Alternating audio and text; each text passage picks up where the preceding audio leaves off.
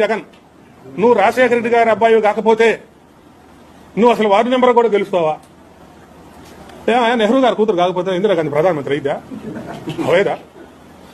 Chandrababu Naidu NT Ramarao అల్లుడు కాకపోతే ముఖ్యమంత్రి అయ్యేవాడా? చిరంజీవి తమ్ముడు కాకపోతే నీ పక్కన నిన్న మీ బాసు, కొత్త బాసు జనసేన పార్టీ ఉంటుందా? పెడితేవాడని పోతావా? రాజశేఖర రెడ్డి కొడుకు పార్టీ పెడితే పోవా? ఇదే పెద్ద ఇచ్చేతారా? నువ్వు బాలినేని వెంకటేశ్వర రెడ్డి కొడుకు కాకపోతే నిన్ను సవరాలనుకునేవాడన్నా లెక్కేస్తాడు ఎవడన్నా?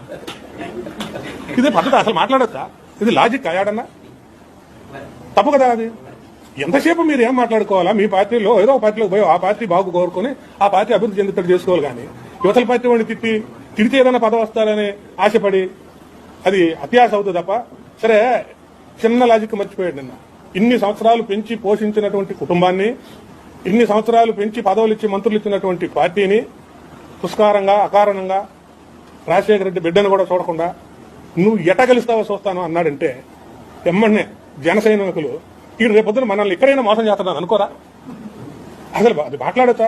అంత పెద్దవాడిని చేసినటువంటి పార్టీని నువ్వు ఈ విధంగా మాట్లాడితే ఆఫ్టర్ ఆల్ జనసేన రేపొద్దున ఆఫ్టర్ ఆల్ జనసేన అనడా? పవన్ కళ్యాణ్కి ఏం తెలుసు వేషాలు వేసుకునేవాడు అనడా? అది వాళ్ళు ఆలోచించారు. అందుకనే నవ్వుకుంటున్నారు మళ్ళీ స్టేజ్